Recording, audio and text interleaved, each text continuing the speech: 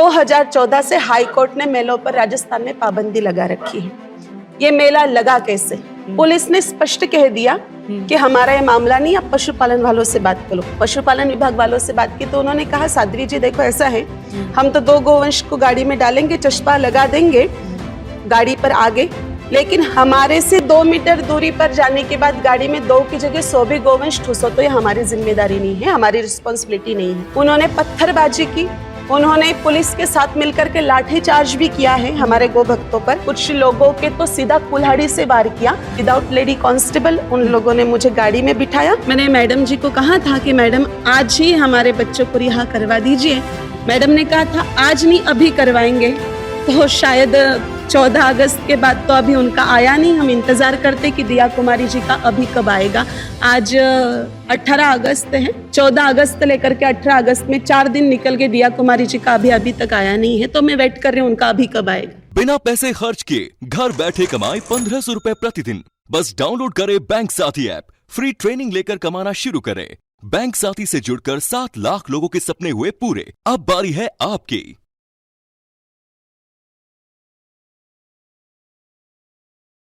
राम राम जी, मैं खुशबू जलको पर थारो बहुत बहुत स्वागत है।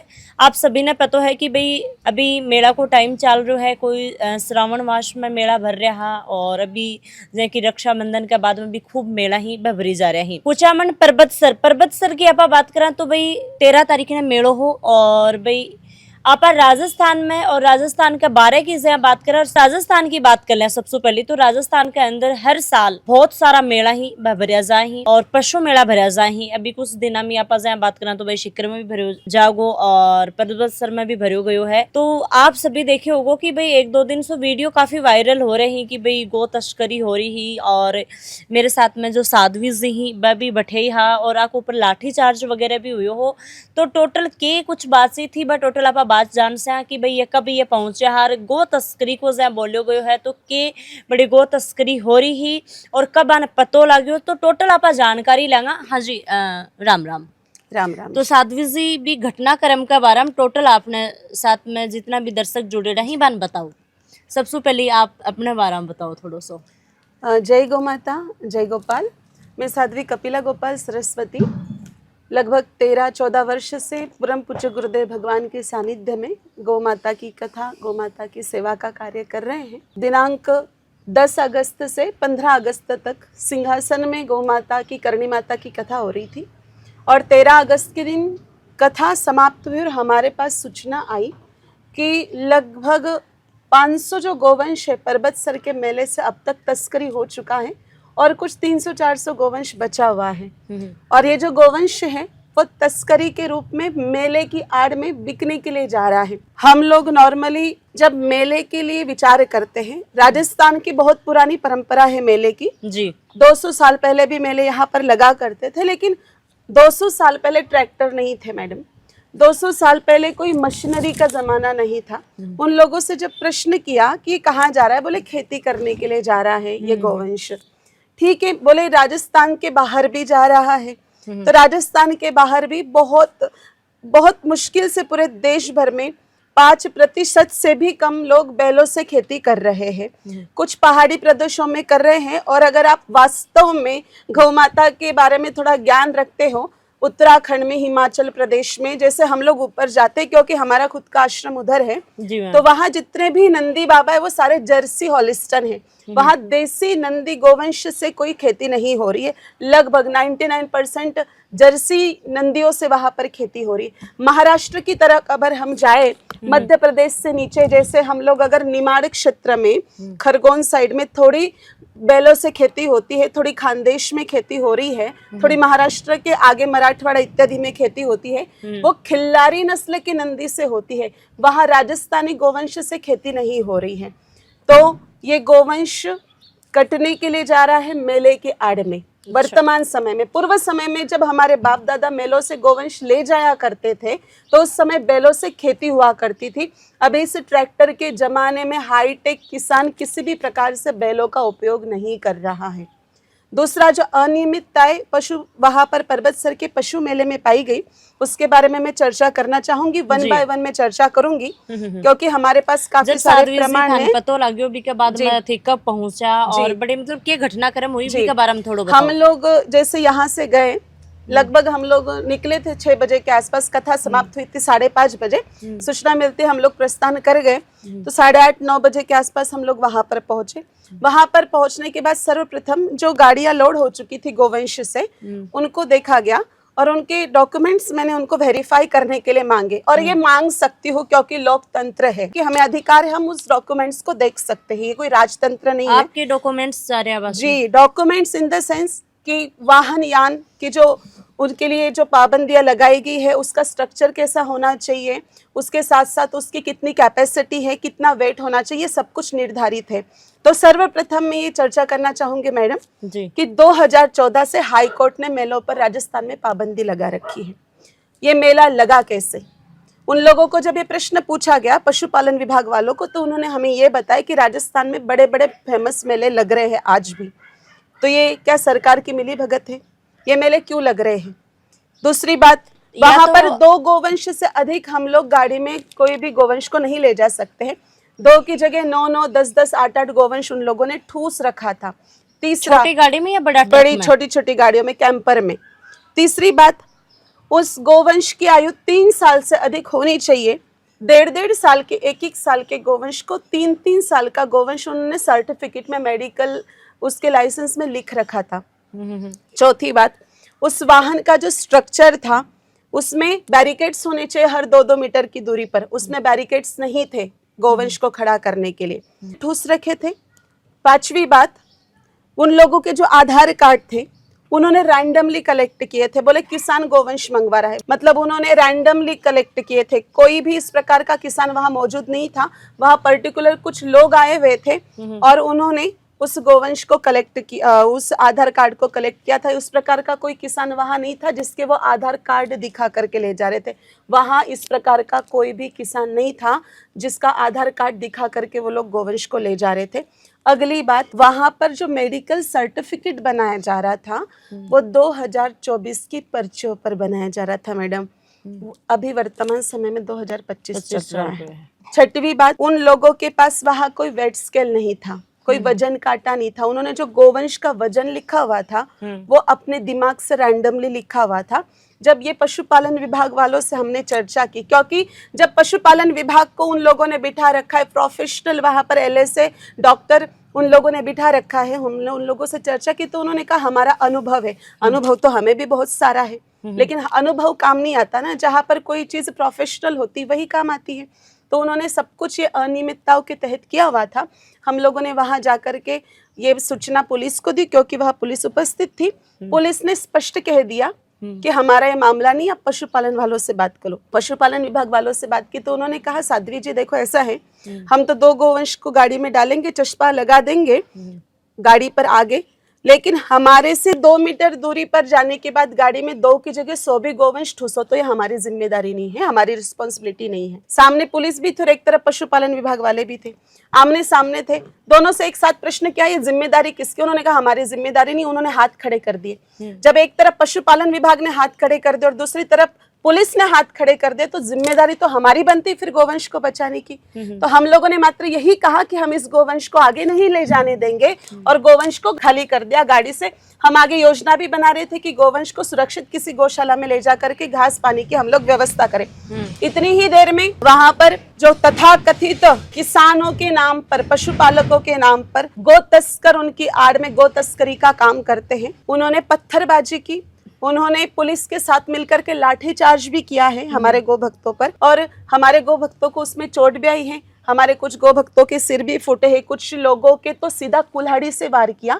मैं भी वहां पर उनको समझा रही थी, हाथ जोड़ करके बोलने का प्रयास कर रही थी आप ऐसा मत करो, लेकिन मैं भी कुर्सी पर बैठी थी। उन लोगों ने सीधा कुर्सी को ही ढकेल दिया, मैं नीचे गिर गई। छोटी सी क्लिप में भी देखिए, सही ट्रक निकल रहा है और बिकी आड़ में मतलब सही स्पष्ट को तो नजर को नहीं पर है कि भाई थे भी शायद नीचे गिरा।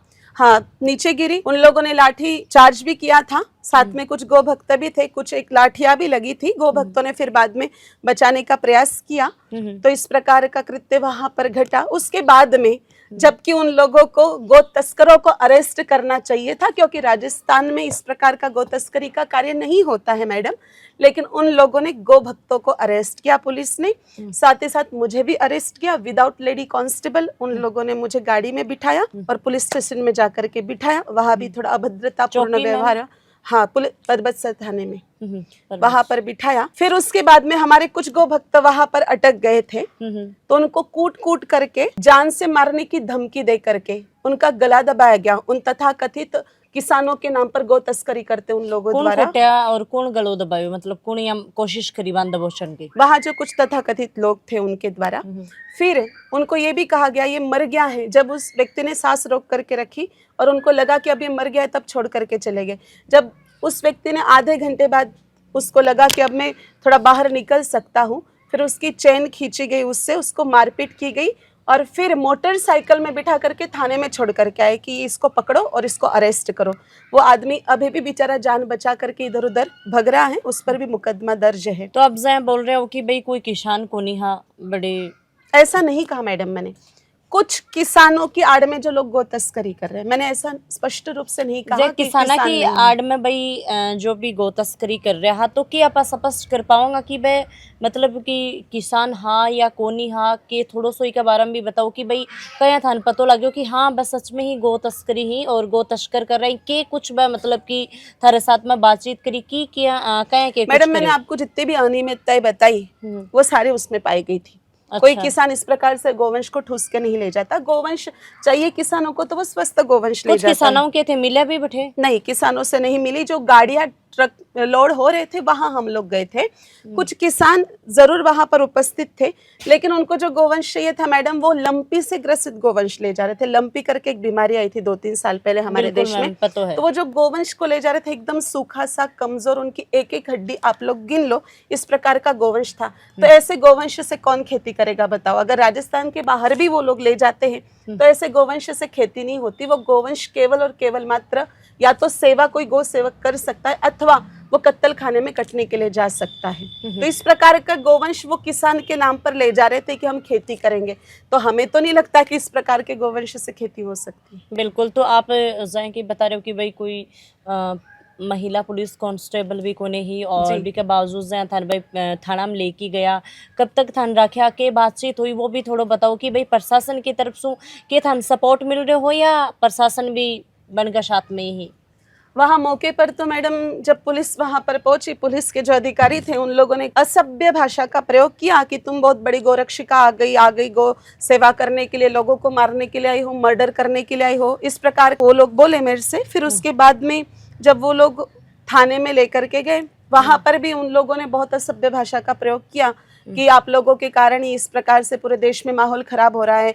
परबतसर का मेला हमारी शान हुआ करता था, अब आप लोगों के कारण ये मेले लगने बंद हो चुके हैं, ऐसा हो गया है, वैसा हो गया है, हम आपको आगे इधर परबतसर में एंट्री नहीं देंगे, आगे आ गए तो देख लेना फिर हम लोग भी क्या करते हैं आप लोगों के साथ। साध्वी जी जय मेला की बात आवे है तो आपने भाई राजस्थान के अंदर जहाँ आप भी यह बात बोली है कि भाई अब सो नहीं काफी वर्षा सो ये मेला लाग रही जै कि मोटा मोटा मेला भी आप जहाँ बताओ भाई पुष्कर को मेला है, पुष्कर का मेला में भी जहाँ देश विदेशों लोग आवी ही, पुष्कर को मेलो काफी फेमस मेलो है जिका के अंदर भी जहाँ ऊंट भी आवी ही भाई बहुत बड़ा बड़ा ही जहाँ हरियाणा साइड भाई भैंस या मतलब झोटा झोटी भी लेके आवी ही, बटे गाय भी आवी ही, बछड़ा भी आवी, नंदी भी आवी, टोटल आवी ही। और साथ में आप जहाँ बात करें आपने नवलगढ़ में भी काफी साला सो पशु मेलो भर रहे हैं, बड़े ऊंट ही नहीं, ऊंट के अलावा भी पशु आवी ही जहाँ परबतसर को बतायो है, नागौर के अंदर भी भरा है जो मैं खुद हर साल बड़े जाके कवर करके लेके आ वहाँ।